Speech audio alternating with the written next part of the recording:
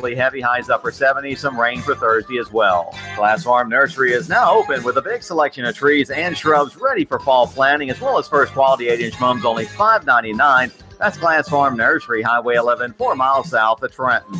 And I'm Storm Team 12 Chief Meteorologist Pat Report. Radio 92.7. You hear that? That's the sound of power. The call of the open road. That is the newly designed 2019 Indian Chieftain Limited. Yeah, Indian. More than a bike, it's an experience and an American icon. And the place to find it, Indian Motorcycle of Chattanooga, along with their entire new 2019 line. Ready to answer that call? Go to Indian Motorcycle of Chattanooga. Just look for the sign on 153 and Nicola. Indian Motorcycle, the true American original. Join We've Got You Covered with Scott Schrader every Saturday from 10 to 11 on Nooga Radio. From finance to fixtures, we discuss everything you need to know about buying or owning a home, the pitfalls, the perks, and everything in between. Saturday mornings, 10 to 11, right here on Nooga Radio. If you want to discover the real hope for your life through inspirational music, relevant messages, and testimonies from others who have already found hope, then we encourage you to visit the second annual My Hope Conference, October 7th through 9th at Hickson First Baptist Church. Free admission and childcare is provided for kids up to pre-K, while those in kindergarten through 5th grade will attend the Kids Hope Rally. For more info, visit myhopeconference.com or call Hickson First Baptist Church at 423-877-2467. 92.7 Nooga Radio.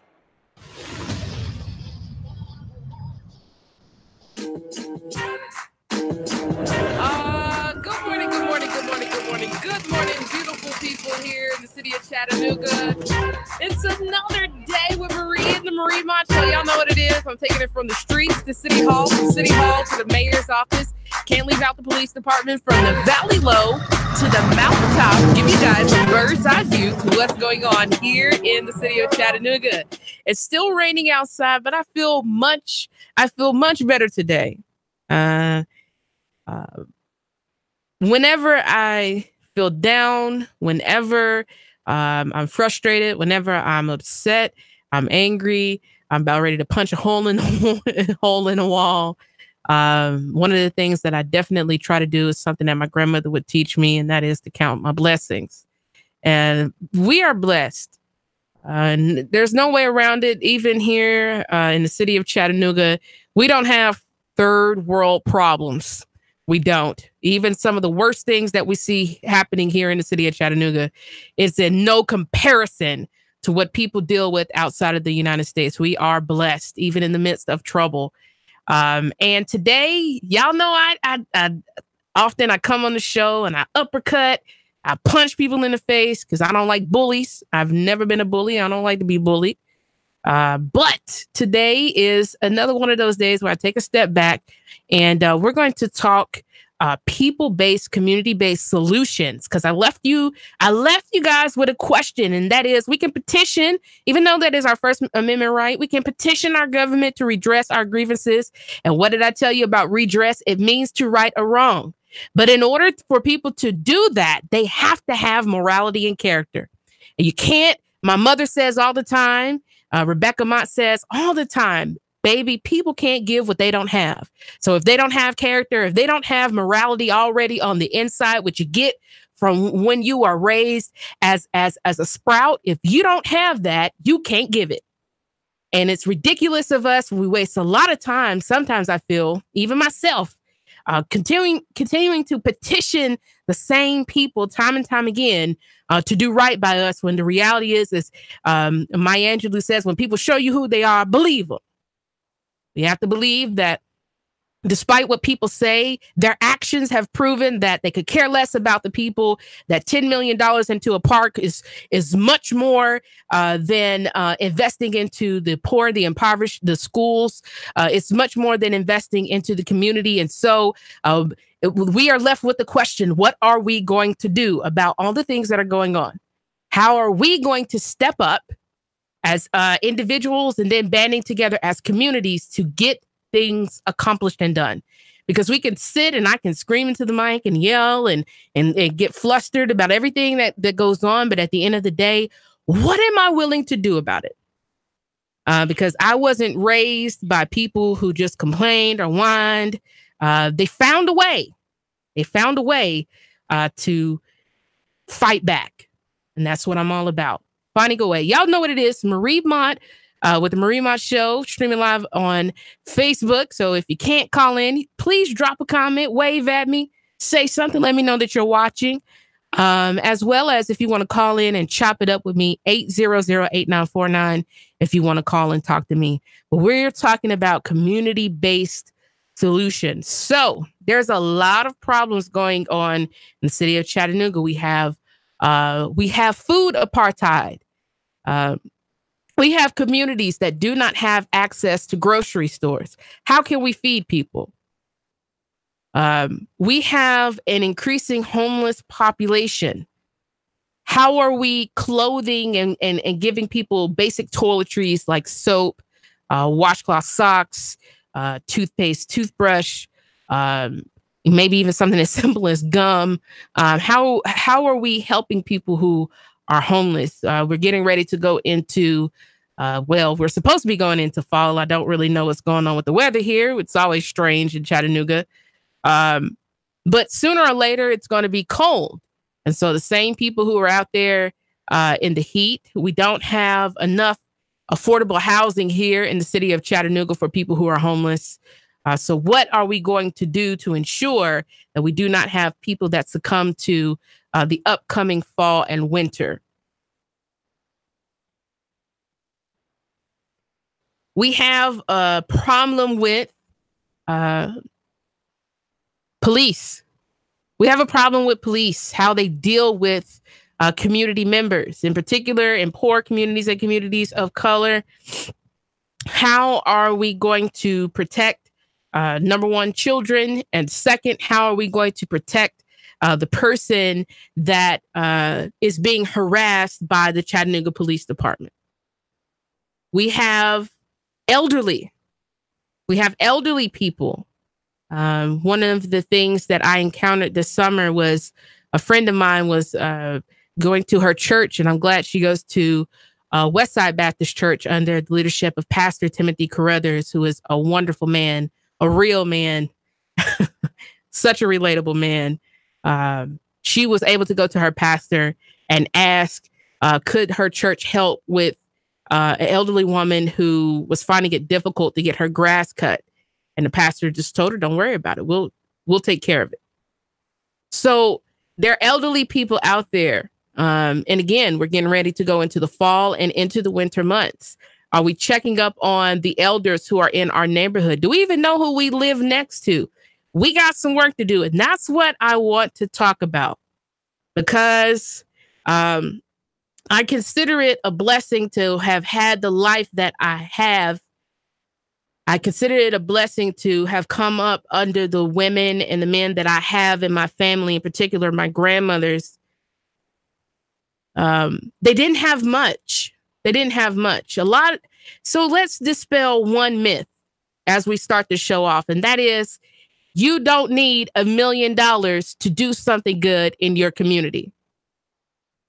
Pause. Let that sink in for just a moment. You don't need $1 million to do something impactful and good in your community. You don't have to start a nonprofit to do something good and impactful in your community. The first thing that we need to do is get outside of our homes. We need to walk the streets or the block that we live on. If we have not met our neighbors, the first thing we need to do is go and shake somebody's hand. Introduce yourself. Let them know. It don't matter if you've been in the neighborhood now for 15 years. If you don't know your neighbors, you need to get to know the people that you live next to. The fabric of community it's not knowing people's business, but it's just knowing what's going on, right? And it's not so you can gossip. It's not so you can post it on Facebook. This is, all right? If we want to go back to community, we have to do work. Nothing is going to change. And this is part of the problem. Americans are lazy. There's no way around saying that. Americans are extremely lazy, very comfortable, but complain about the problems that we have. And it's a shame that the power is in our hands. It really is in our hands. But the question is, do we want to do the work? You know, do we want to do the work? The beauty of just depending on voting alone leaves the responsibility of your community to change on the shoulders of one individual. And of course, they will fail us. First of all, if they don't have the moral character, we will be failed. But secondly, why is it the responsibility of one man, one woman, one person to turn a community around when it's thousands of people who probably live in districts, tens of thousands of people? I'm seeing the views plummeting. It may be tough, but it's okay. I'm going to still work through the show regardless. Even all of the people who are on city council, they're not enough. They're not enough to fix the problems that are going on within our communities. We have to have dedicated community members there to be the boots on the ground that do the work, often unseen, unrewarded, and never told. Unless you knew my grandmother personally, you would never know that my grandmother would feed anybody who would come into her home. And I wonder how she did it, because she lived on a budget. How did she do it? How was she able to send plates of food down the street to people, older people who lived on our street that she knew? I often wondered how she was able to do that. And at the time, look after 6 grandchildren or 7 grandchildren, however many she would have at a time, often several of us. Make sure we ate lunch, make sure we had snacks. Now, my aunt would help with that because my aunt worked at McKee at the time. And she would bring home boxes of Little Debbie's. And if we had people's children who would come play with us, she would allow us to give those. We had to give those. We had to share. So starting simple as the first thing besides just introducing ourselves, getting back to community, getting to know who we live next to, right? Getting to see the demographic of our neighborhood. We need to know how many old people that we have living in our neighborhood. Why? Because we need to check up on them. We need to check up on them. They may not have children. People make assumptions. They may not have children, right? They may not have children. They may not have someone who checks on them consistently, right? They may not have children who live in the same city as them.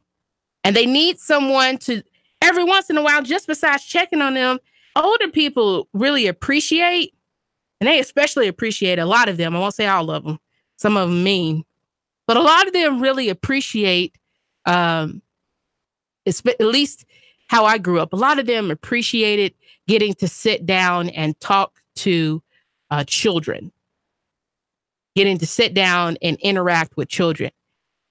You want to know why this generation is missing out on some things? Millennials are missing out on some things. They haven't talked to anybody older than them. I'm gonna pause right there because I know what I just said is the truth. They have not talked to a whole lot of people older than them. And so when you sit down and you talk to somebody who's 70 plus, who's seen the world change before their very eyes, especially in our community, who's seen Jim Crow, who's lived through the Great Depression, who's seen the changes, who survived the dogs, who survived being washed down the street. First of all, they can help you to get yourself together and say, baby, yeah, we understand racism is still going on, but you don't have a clue. Get yourself together. You're going to be all right. There's no dogs chasing you down from City Hall. There's nobody watching you down the street. So even the little rough patches you're up against, that ain't nothing. Hang in there. Because we're making progress. It don't look like it, don't feel like it, but at the least, if you're not getting chased down by dogs when you go to City Hall and nobody's watching you down the street, That's progress. But how would they know that? I believe that a lot of young people don't even know their history. Why? Well, first of all, our history in the African American community is not recorded. So they miss out on learning their history because the only way that they're going to get it is somebody tells it to them. But how can they do that if they don't have people that they can sit down with and talk to? Now, I'm making an assumption. Now, my grandmother, she would make us go outside and make us play because you couldn't just sit in front of the television all day with my grandmother. You had to go outside. You had to play. She don't care as long as you weren't getting in the street. She didn't care what you did, but you had to get outside, right? But often she would send us outside with work to do. My grandmother she still has in the fence surrounding her house. She has roses. She would send us out, make us pull up the weeds, make us take care of the flowers, right? My grandmother, it's kind of hilarious. Before my parents moved from Bushtown, off of Blackford Street, our neighbor across the street, Miss Dorothy, who she's an OG. She's our neighborhood president. Miss Dorothy is the eyes and ears of the community and has been that way for 30 plus years. It's hilarious. My dad, because of how he's raised and how he raised me, he went and pulled her trash can, and she fussed at him for doing it because she wanted to do it. But still, I think she still loves him anyway. Right? Something as simple as that. Sending the kids, raising your children to just look out for people in the community. Is it going to cost them to pull people's trash can to the front of their yard off the street? Is it going to kill them to do that? Steps. What about handy people? Do I have a handyman listening? So your thing is electrical. Your thing is tile, right? Your thing is roofing. So you find Miss Dorothy at the end of the street that's having a problem. The only way you know that is if you start building a relationship with the people on the street with you. You find Miss Dorothy has a leak. She's elderly. She has a leak in her roof. It's dripping. It's driving her nuts, but she doesn't have the money to fix it. How about offering your services to her? Even if it's at a discount, put her on a payment plan. If you feel inclined, step up and do it for free. Fix it for free. Help her out. Why? Because that could be your mama. Right? I hope everybody loves their mother. I love my mama. I would want somebody looking out for my mother if I wasn't there. We can go back to that type of community situation. How can we improve community? This is something I've been thinking about from a conversation from a friend that I had, was doing a backyard concert. What? Yeah, a backyard concert. Now, you can't litter in my yard. But inviting some either people from the neighborhood or just people from the city of Chattanooga in general who are talented.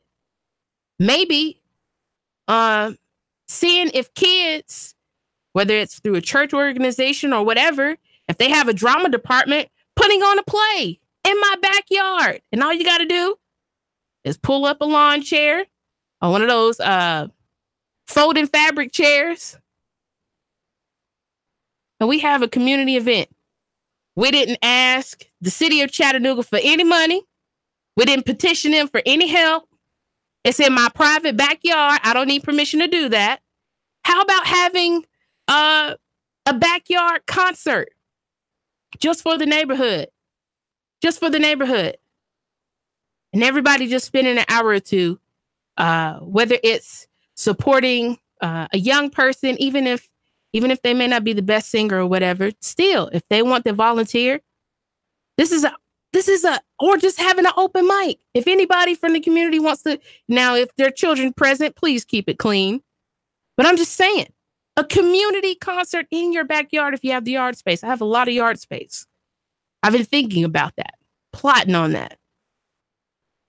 A backyard concert. I see in a lot of areas where we have plots that are open. One of the things that the church that we were in, was my father is a pastor, the church that we were in prior to moving to where we are now, across the street, the gentleman had a good sized yard. It was really like open field because it wasn't fenced. And he grew turnip greens and collard greens and all kinds of greens. What about taking some empty space and just throwing up a community garden? It doesn't have to be major. It doesn't have to be huge, right? Sowing something like cabbage, greens, squash, and then letting people come and pick. And especially for greens, the more you pick them, the bigger they grow, the more they grow. Gardening 101. What about for somebody maybe who doesn't want to plant, but like me, you collect seeds, starting a community seed bank? Ideas. That's all I'm dropping today is solutions. Because if I'm not going to get help right now from the people who should help me, then my only choice is to help myself. And so if we, the people, are not going to get help from the folks who promise to help us and have the power to help us and have the money to help us, guess what? We got to help ourselves. Y'all stay tuned for the second half of the segment. I got my cape on today, and we're talking about saving ourselves. We can petition the same people time and time again. But if they loved us, if they cared about us, guess what? They would have stepped up and stepped in already. So we have to do the hard work of looking out for one another. That is community. Stay tuned for the second half of the segment. 3, 2, 1. Chattanooga Radio. Digital FM 95.3 HD4. 92.7 FM's news now. Missing children found wandering down the street in Cleveland. The mother told Cleveland PD her two children, aged 3 and 1, were missing. They were eventually located by a Good Samaritan who found them walking in the street and dropped them off at the police station. They were later reunited with their mom. How they went missing is not clear. Simon Duffy from Chattanooga charged after officers say he drove the wrong way down Highway 27 northbound. Cops say they got numerous 911 calls reporting the wrong way driver. An ambulance narrowly avoided a head-on collision. Cops say they found needles, suspected heroin, and Suboxone in the car. The suspect was arrested. And DeMarcus Kelly was arrested after UTC campus police say they caught him with a gun and drugs. 22-year-old Kelly is from Trustville, Alabama. Cops say he was the backseat passenger in a car, reportedly smelled strongly of weed. They later found marijuana and Xanax. Val St. John for Nooga Radio News Talk 92.7 Action News Now. Sean Hannity, weekday afternoons from 3 to 6 p.m. on Nooga Radio 92.7 FM. Nooga Radio 92.7. Cash, and more cash. Get 8.1% return on your money. Rick Davis can turn your cash into real money. Gold and silver bullion. American Eagle Gold. The banks give you a measly 1.9%. At Rick Davis Gold and Diamonds, you'll get 8.1% return on your money. 8.1% return on your money. Wow! Whether you're buying an ounce or 100 ounces, Rick guarantees it in writing. 8.1% Rick Davis Gold and Diamonds. Brainerd Road, Chattanooga. It's that time of year again. For the 7th year, Wings Over North Georgia Air Show will be Saturday, October the 13th, and Sunday, October the 14th. You'll see some of our government's finest assets flying in the world today. The rarely seen Air Combat F-22 Raptor demo team and the A-10 Warthog will both headline the show, along with Tora, which is the reenactment of Pearl Harbor to include pyrotechnics. Patty Wagstaff and Michael Goulian, both world aerobatic champions, will be showing off their amazing skills, along with numerous other aviation rock stars. On the ground, you'll be able to experience military static displays and even have an opportunity to ride in a Huey or Cobra helicopter. Wings Over North Georgia is an action-packed way to spend a weekend with your family. You can even camp on the grounds. The Richard B. Russell Regional Airport is the place for all the action on October the 13th and the 14th. For tickets and camping reservations, visit wingsovernorthgeorgia.com. Join Nuga Radio and the Gridiron Gang live from 7 to 9 at Starbucks at 10 North on the North Shore. We're talking all things high school football. There's a specialty brew or refresher weekly inspired by the game of the week. Sweet treats, extended hours all season long, and we're pet friendly. Portions of all proceeds support local schools and educational scholarships, as well as after-school programs. It's football time in Tennessee. Join us every Thursday live from 7 to 9 at Starbucks, 10 North, your North Shore neighborhood living room. Your home is a constant work in progress. Repaint the walls? Yeah, easy enough. Leaky faucet? There's a video for that. But roof repair? You might want some help. That's where Chattanooga Roofing Contractors come in. They have 3 generations of roofing excellence you can count on. Leave the ladder in the garage. Go to chatroofing.com. That's chatroofing.com for Chattanooga Roofing Contractors, a roofing company you can trust. Man, you sure you know what you're doing? Yeah, I worked with my dad on his truck all the time. Just one more bolt to go. Yeah, wrong bolt. Today's truck ain't your daddy's truck. For repairs on today's vehicles, you need Amco Transmission and Total Car Care of Chattanooga on Lee Highway. Stay on the road, not in the garage. Amco Transmission on Lee Highway. Get it done the right way. The Thompson Pet way. Yeah, I just put that in. Join We've Got You Covered with Scott Schrader every Saturday from 10 to 11 on Nuga Radio. From finance to fixtures, we discuss everything you need to know about buying or owning a home, the pitfalls, the perks, and everything in between. Saturday mornings, 10 to 11, right here on Nuga Radio. Nuga Radio, Chattanooga weather. Expect mostly cloudy, warm, and humid weather out there for your afternoon. A few passing showers, but not as wet. Highs lower 80s. Tonight, a shower or two late, lows near 70. Showers and storms will march back in Thursday. Some of the rain locally, heavy highs upper 70s. Some rain for Thursday as well. Glass Farm Nursery is now open with a big selection of trees and shrubs ready for fall planting, as well as first quality 8-inch mums, only $5.99. That's Glass Farm Nursery, Highway 11, 4 miles south of Trenton. And I'm Storm Team 12, Chief Meteorologist Patrick 4. Nuga Radio 92.7. It's your girl Marie Mott with the Marie Mott Show. Back to the second half of the segment, talking about things that we can do. Nobody has called me. My feelings aren't hurt, but hopefully that means you're thinking about, maybe some of the things that Marie is talking about, I have the capacity to do. I firmly believe that if we are waiting on somebody to change our situation, we're going to keep on waiting. And while we are waiting, a lot of us are going to starve. Somebody out there is probably going to die while we're waiting on people with no character, on people with no love, no concern to do the job that we hired them to do with our vote. The city of Chattanooga is not broke. I know it's not broke. We have a beautiful new Miller Park. There's nothing wrong with the first one. We have a beautiful new Miller Park. But when you can drive 2 minutes away to a community that doesn't have a grocery store, the West Side, where I'm going to be at 3:30 with Concerned Citizens for Justice, fighting food apartheid by handing out food to that impoverished community, intentionally impoverished community. Because I consider it warfare when people will remove. I've talked about this before. We are at war. We can call it whatever we want, but we are at war.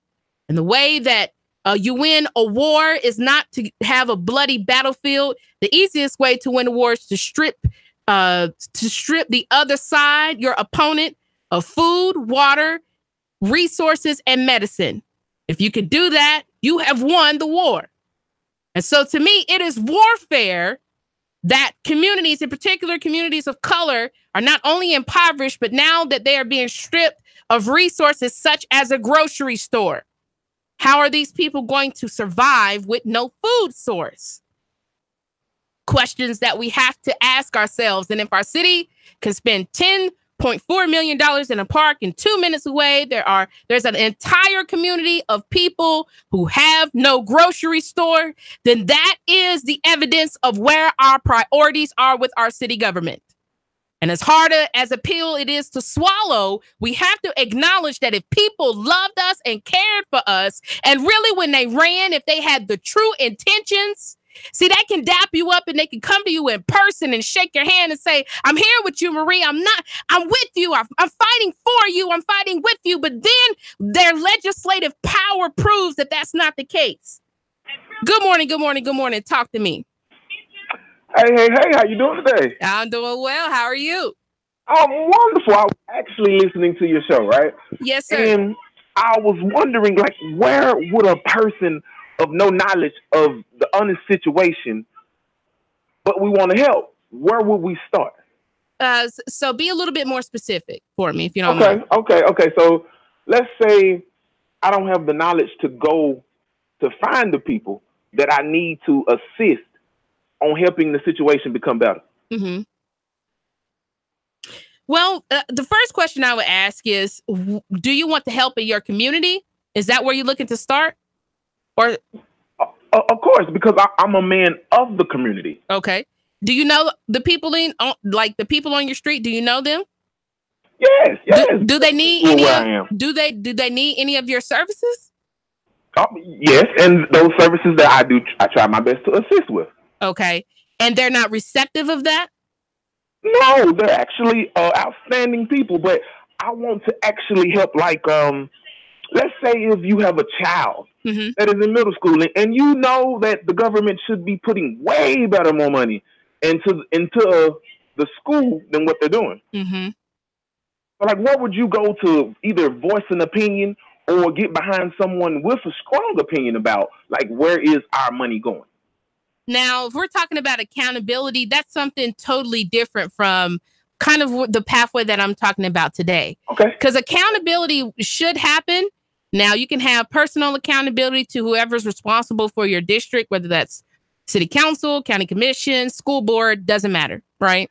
So you can do that personally. You could do that in the public platform, like at the school board meetings. But the reality is that you're, at least in the experience that I have and other comrades on other platforms, not just with mine is kind of more towards city council and the city mayor. I have comrades who are putting pressure on the county mayor and our county commissioners. So I have people who are doing similar work just in different areas. And the thing that we have to always go back to is once we have petitioned these people to do really what they should be doing, and we don't see it getting done, what is the next step? And that is the community has to step up. And that's really what I'm talking about today. And the thing is that I don't know what community you live in, but if you live in a community that even remotely looks like mine, the reality is that our children, our communities that are poor and impoverished and of color are always going to be dead last, no matter how much we ask. Right.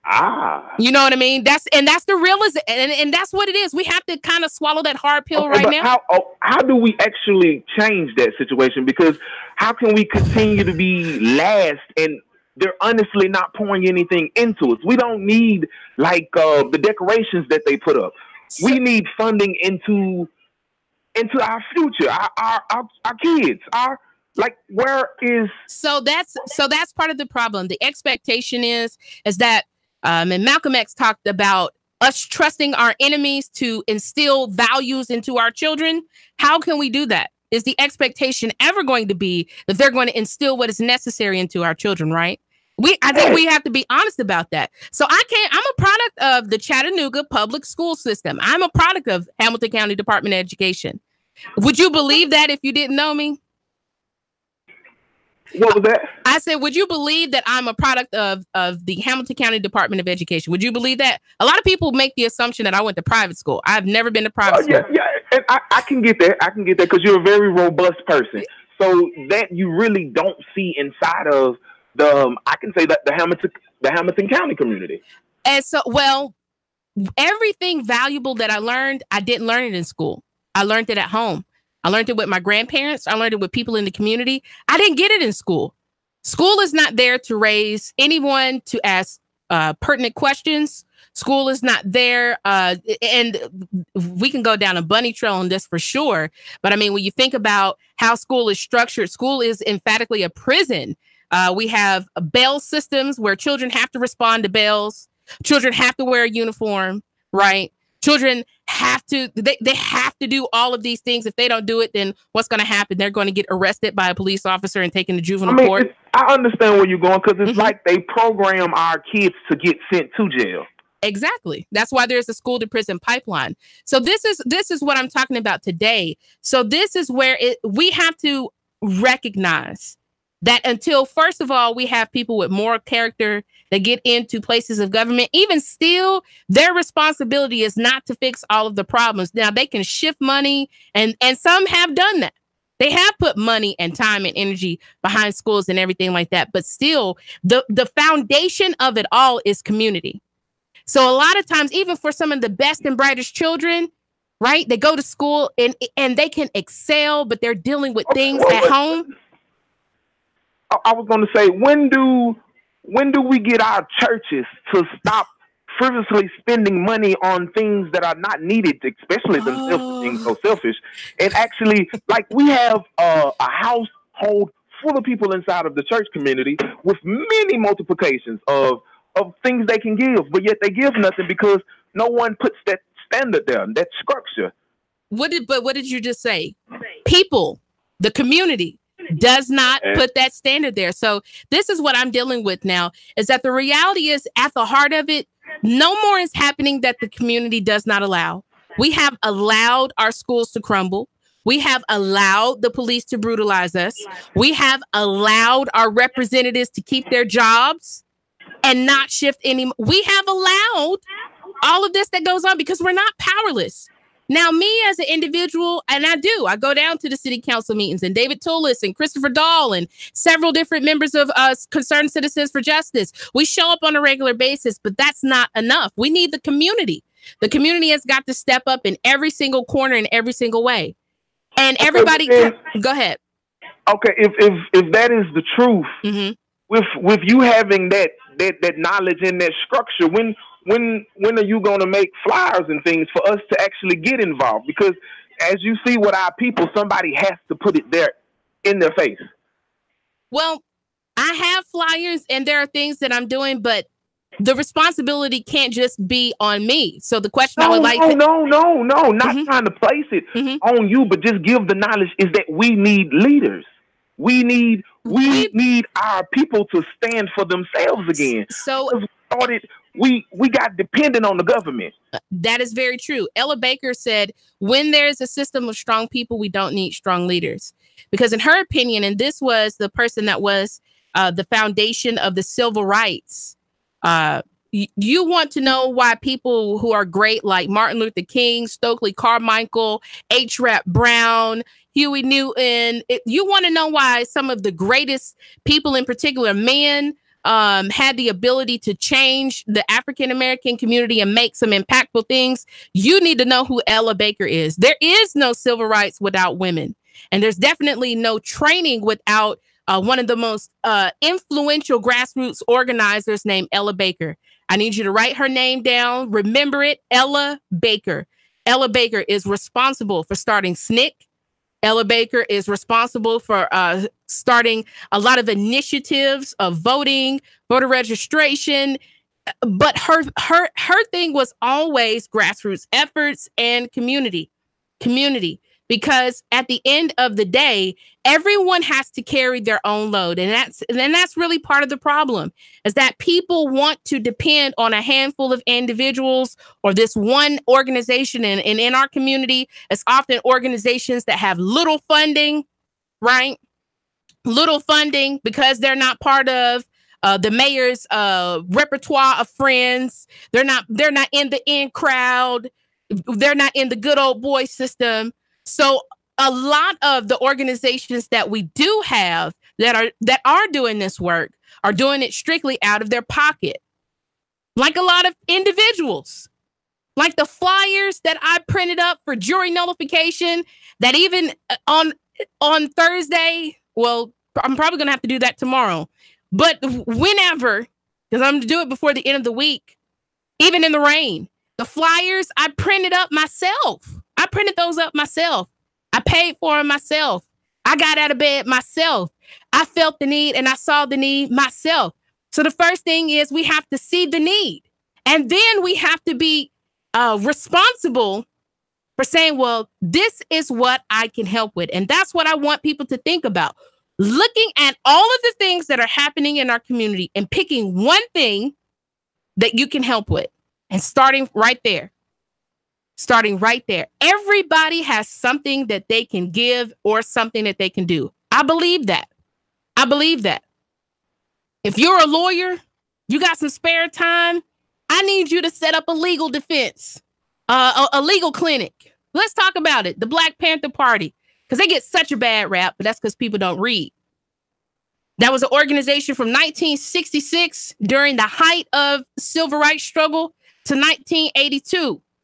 They started benefit counseling, the Black Student Alliance, Child Development Center, consumer education classes, community facility usage, community health classes, a community pantry, which that's something that has been started by Brother Kevin Muhammad in the Nation of Islam in Alton Park. If you want to donate food and clothes, please give them to Kevin Muhammad. Drug and alcohol abuse awareness program, drama classes, disabled persons services transportation, drill team, employment referral service, free ambulance program. Now, this was happening in the 60s when people didn't have a lot of money. I'll continue. Free breakfast for children programs. That's why you have food in school. Thank the Black Panthers for that. You can thank African American people for that. That's us. Free busing to prisons program, free clothing program, free commissary for prisoners program, free dental program, free employment program, free food program, free film series, free furniture program. Shall I keep reading? Free health clinics. The Black Panther Party is one of the main reasons why we have sickle cell anemia testing. Read, people. I need you to read. Would you know that if you didn't read or if I didn't tell you? You could Google that. They were one of the first organizations that started sickle cell anemia testing and then pushed to make that something that became national. You can thank the Black Panther Party for that. Free optometry program, a community forum, free pest control, free plumbing and maintenance program, free shoe program, GED classes, geriatric health center. Shall I continue? Legal aid and education, legal clinic workshops. Shall I continue? Liberation schools, martial arts program, nutrition classes, outreach preventative care, pediatric clinic, police patrols. Shall I continue? Sickle Cell Anemia Research Foundation. Just told you that. Senior Switchboard. The Black Panther newspaper, Teen Council, Visiting Nurses Program. They partner with UC Berkeley students for a health program. They are the ones responsible for WIC. Thank the Black Panther Party for that. You see, some of this stuff that even the government has adopted, it's not that they were bright enough to come up with this. It was people saw that there was a need and they got to work. They got to work. They got to work. See a need, because we have 2 years until we're able to flip our city council seats, and hallelujah, Mayor Burke is terming out. And so y'all keep your eye on me in 2020. And that's all I'm going to say for right now. Y'all keep your eyes on me in 2020, because it's a change is coming to Chattanooga, but we have a while. We have 2 years until we'll see people knocking on doors. Those same people, you're gonna see these folks. They ain't gonna come into your community and do anything for you until then. And then they're going to come back with all of their broken promises and promise you the world and offer you zilch when they get to where they're going. So you better, one of the reasons why we need to do this work is because we need to recognize who really is about that community life. So when the time comes in 2020, we can raise our own candidates from the people who already have their hands emerged into the community. We don't have to keep trusting scoundrels, and hoping and praying and believing that we can convict them. I can't convict anybody to do what's right. It's already got to be in. They already have to have that in on the inside. They got to have the desire. I can't place it in them. Just like I can't make anybody. I can't make it. All I'm doing is providing ideas, solutions, information. If we had people who could do this in the 60s, who still didn't have a lot of money, no government backing. And if you know why the Black Panther Party was dispersed or disbanded because of COINTELPRO, you know that there were government forces from police all the way up to the FBI that didn't like what they were doing in the community and had some of them assassinated, had some of them put in prison. You better believe it. But they still did this some of this work that would later influence our government. We have the ability to make impactful changes. We don't, even as frustrated as I am with my city council, I understand that Brown versus the Board of Commissioners, that it wasn't that somebody woke up one day and said, those people deserve a city council. Why don't we give them one? There was women, and 2 women and 1 man, who started initially. A whole lot of people got attached on later and got some of the glory and some of the credit. Look it up. Brown versus the Board of Commissioners. That was started from community members. We have a city council who can lollygag and drag their feet and abuse the people when the reality is the only reason that they have a job is because some community members raised the issue. So if we waiting on them to wake up, we'll be waiting. We have the power. And then when we see the work it needs to be done, we have to do that work. All I do is I report, you decide. I'm all about local economy. That's what our station is about. We're about trying to take it back. We don't need to go back to everything in the past, but I think we need to revisit how to have impactful community. We have to love one another and be concerned about what's going on. And when we see a need, instead of trying to call 311 or 411, how about you see the need and do the best that you can to try to assist somebody in your community? We have that power. Look it up. Black Panther community programs. It's Marie Mott with the Marie Mott Show.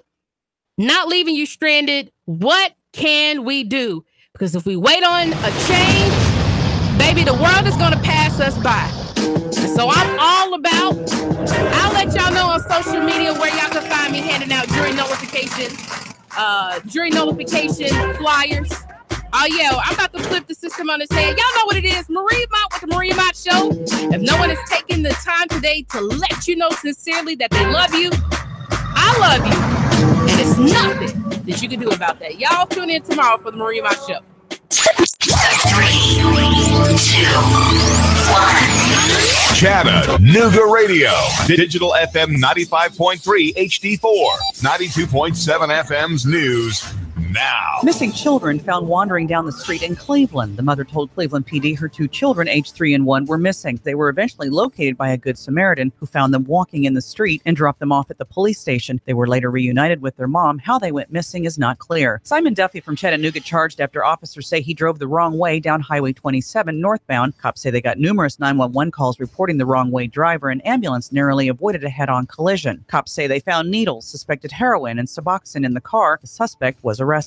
And DeMarcus Kelly was arrested after UTC campus police say they caught him with a gun and drugs. 22-year-old Kelly is from Trustville, Alabama. Cops say he was the backseat passenger in a car, reportedly smelled strongly of weed.